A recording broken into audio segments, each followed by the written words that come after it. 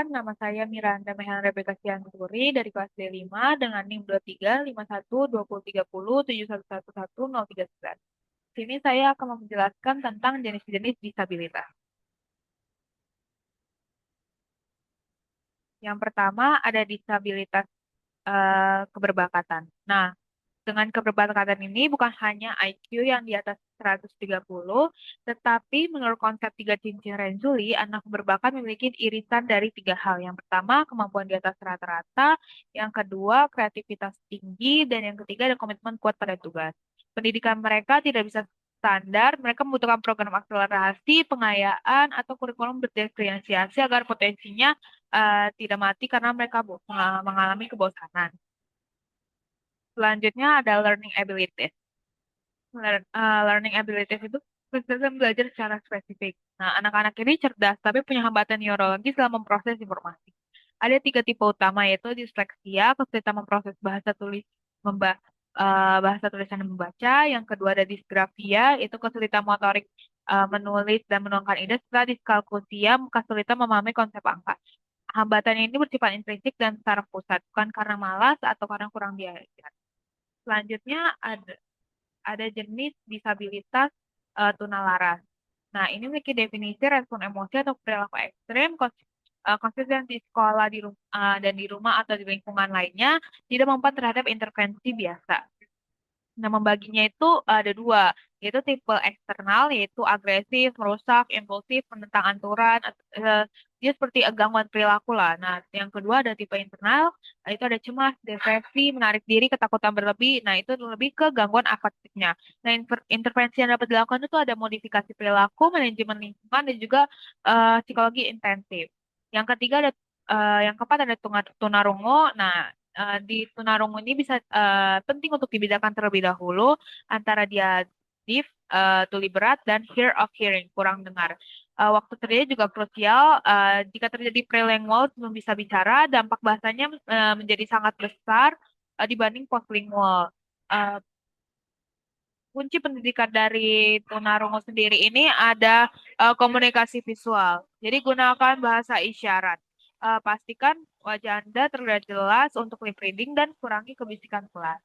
Yang kelima ada tunawicara. Tunawicara itu kelainan bicara, speech, gangguan produksi suara. Contohnya artikulasi, cadel, kelancaran, atau gagap, atau bisa disebut gagap dan suara. Bisa disebut serak atau lemah. Yang kedua ada kelainan bahasa, itu gangguan pemahaman atau penggunaan simbol. Contohnya afasia, sulit cari kata atau paham makna. Dampaknya itu bisa mempengaruhi prestasi akademik dan interaksi sosial.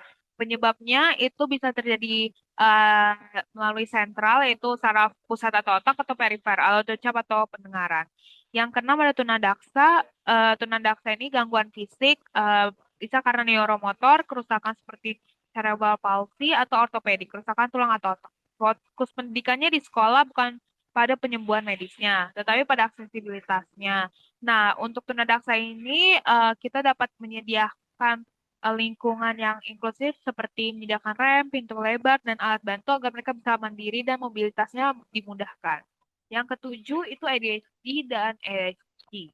Nah, ADHD ini sendiri merupakan gangguan fungsi eksekutif otak. Nah, ciri utama itu inatesi atau sulit fokus, hiperaktif, bergerak berlebih, dan impulsif atau bertindak tanpa berpikir.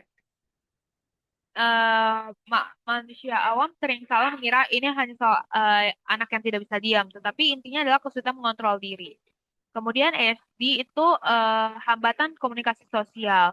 Nah, yang memiliki ASD itu kesulitan memiliki kode sosial, kontak mata minim, terus juga memiliki perilaku repetitif atau berulang. Nah, perbedaan mendasar dari ASD dan ESD ini, ASD itu masalah regular sendiri, ASD adalah pemahaman sosial.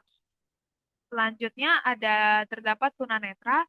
Tunanetra ini eh, tidak melihat mendiagnosis secara medis mata, tetapi juga fungsinya dan dibagi menjadi dua. Yang pertama adalah low vision, itu masih memiliki sisa penglihatan dan bisa membaca huruf besar dengan alat bantu. Dan yang kedua adalah total blush.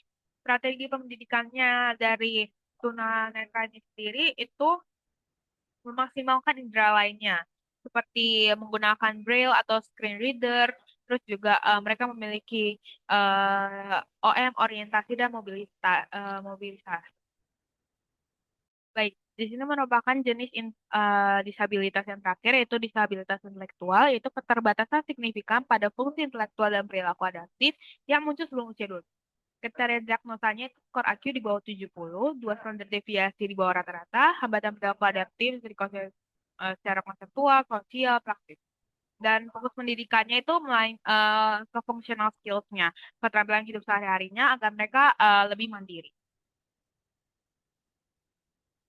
Baik, sekian jenis-jenis disabilitas yang dapat saya presentasikan. Terima kasih karena telah mendengarkan.